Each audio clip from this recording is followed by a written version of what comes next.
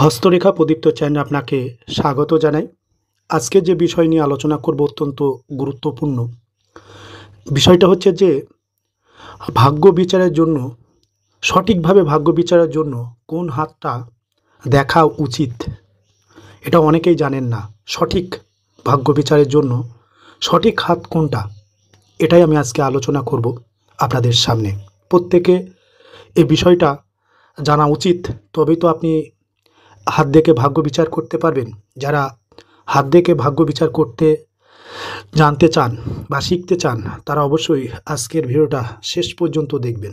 অনেক কিছু শিখতে এবং জানতে পারবেন, এটুকুন আপনাদেরকে দায়িত্ব নিয়ে বলতে পারি। এবং এটা নিয়ে বিতর্ক আছে, কোন হাত দেখা উচিত, এটা নিয়ে এক একজন এক এক রকম কথা বলে। তাহলে আসল সত্যটা কি, সেটাই আজকের ভিডিওতে আমি আলোচনা করব। এবং এইভাবে যদি আপনি নিজের ভাগ্য বা অন্যের ভাগ্য বিচার করেন, সঠিকভাবে ভাগ্য বিচার হবে এবং 100% আপনার জীবনে এটাই ঘটবে। তো ভারতের জ্যোতিষশাস্ত্র, ভারতের যেই জ্যোতিষশাস্ত্রটা, এটা ভারতেরই এবং এটা খুব প্রাচীন শাস্ত্র। এটা সৃষ্টি হয়েছে ভারতবর্ষে এবং এই জ্যোতিষশাস্ত্রে বিভিন্ন ভাগ আছে, তার মধ্যে অন্যতম একটা হচ্ছে এই পামিস্ট্রি, অর্থাৎ হাতের রেখা দেখে ভাগ্য বিচার। এটা ভারতেরই সৃষ্টি এবং ভারতের মুনি ঋষিরাই এটা সৃষ্টি করেছে। অত্যন্ত সমৃদ্ধশালী এই শাস্ত্রটা। এই শাস্ত্রের মাধ্যমে মানুষের ভাগ্য বিচার করা যায়, অতীত সম্পর্কে জানা যায়, ভবিষ্যৎ সম্পর্কে জানা যায়, বর্তমান সম্পর্কে জানা যায়, সঠিকভাবে বিচার এবং বিশ্লেষণ করা যায়। তার জন্য হাত নির্বাচন করতে হয়, হাতে রেখা দেখে ভাগ্য বিচার করতে হয়। এবার অনেকের মধ্যেই এটা নিয়ে বিতর্ক থাকে, অনেকে সঠিকটা জানেন না কোন হাত দেখতে হয় ভাগ্য বিচারের জন্য। হ্যাঁ, এক একজন এক এক রকম কথা বলে। এবার যারা দর্শক আছেন তারা বিভ্রান্ত হন যে কোন হাত দেখে ভাগ্য বিচার করব। তো এক একজন এক এক রকম কথা বলে। তো প্রথমেই আমি আপনাদেরকে এই বিতর্কটাই আমি অবসান ঘটাবো আজকের এই ভিডিওর মাধ্যমে। যারা শিখতে চান অবশ্যই ভিডিওটা শেষ পর্যন্ত দেখবেন, সঠিকটা জানুন। নিজে এই ভিডিওর মাধ্যমে আপনারা যারা জ্যোতিষশাস্ত্র শিখতে চান, তারা অবশ্যই চ্যানেলটাকে এখনই সাবস্ক্রাইব করুন। এবার আসি মূল আলোচনায়। দেখুন, অতীতে এই জ্যোতিষশাস্ত্রে একটা কথা আছে যে ছেলেদের ডান হাত দেখে ভাগ্য বিচার করতে হয়। এটা ঠিক, ছেলেদের ডান হাত দেখেই ভাগ্য বিচার করা উচিত। কিন্তু বর্তমানে যেটা বিতর্ক হচ্ছে সেটা হচ্ছে মেয়েদের হাত দেখা নিয়ে।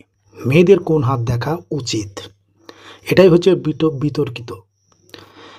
সেটা হচ্ছে যে অতীতে অনেকেই বলে থাকেন যে ছেলেদের ডান হাত, মেয়েদের বাঁ হাত দেখে ভাগ্য বিচার করা উচিত। কিন্তু বর্তমানে এই ধারণাটা একটু পাল্টেছে।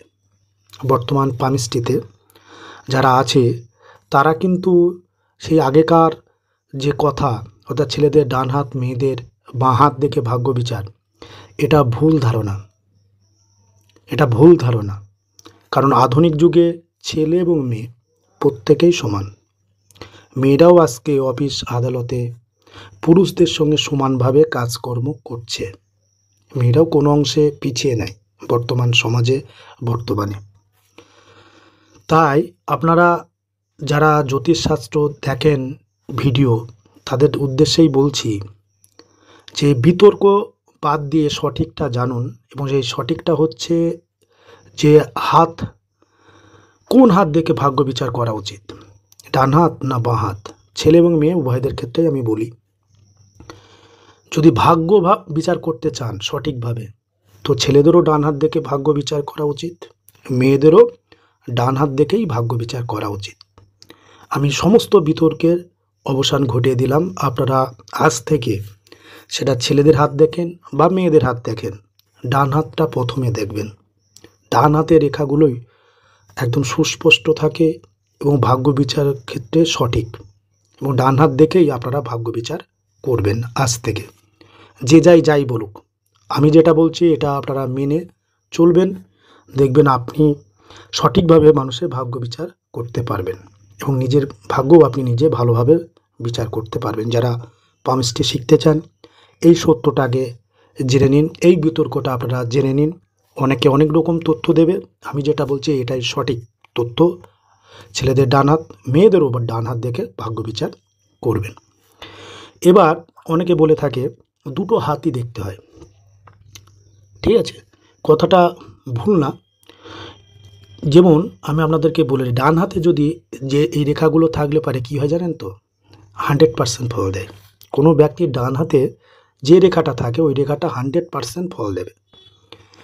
পাশাপাশি অনেকে আবার ডান হাতের পাশাপাশি আবার বাঁ হাতও দেখে। বাঁ হাতও আপনারা দেখতে পারেন, ডান হাত দেখার পরে বাঁ হাতও দেখতে পারেন। এবার বাঁ হাতে যদি রেখা থাকে ওই রেখাটা ফল দেয় হয়তো কত জানেন, 20 থেকে 30% ফল দেয়। ঠিক আছে, ডান হাতে 100% ফল দেবে। ধরো কোনো একটা রেখা আছে, সেই রেখা ফল পেতে গেলে পারে আপনাকে ডান হাতে 100% ফল দেবে, কিন্তু বাঁ হাতে যদি বাঁ হাতটা থাকে বাঁ হাতে, তাহলে 20 থেকে 30% ফল পাবেন আপনি ওই রেখা থাকলে পারে। আশা করি বুঝতে পারছেন যে অনেকে জানে না কোন হাতে কোন রেখা থাকলে পারে কত পার্সেন্ট ফল দেয়। তাই ডান হাত এবং বাঁ হাত আপনি দুটোই দেখতে পারেন।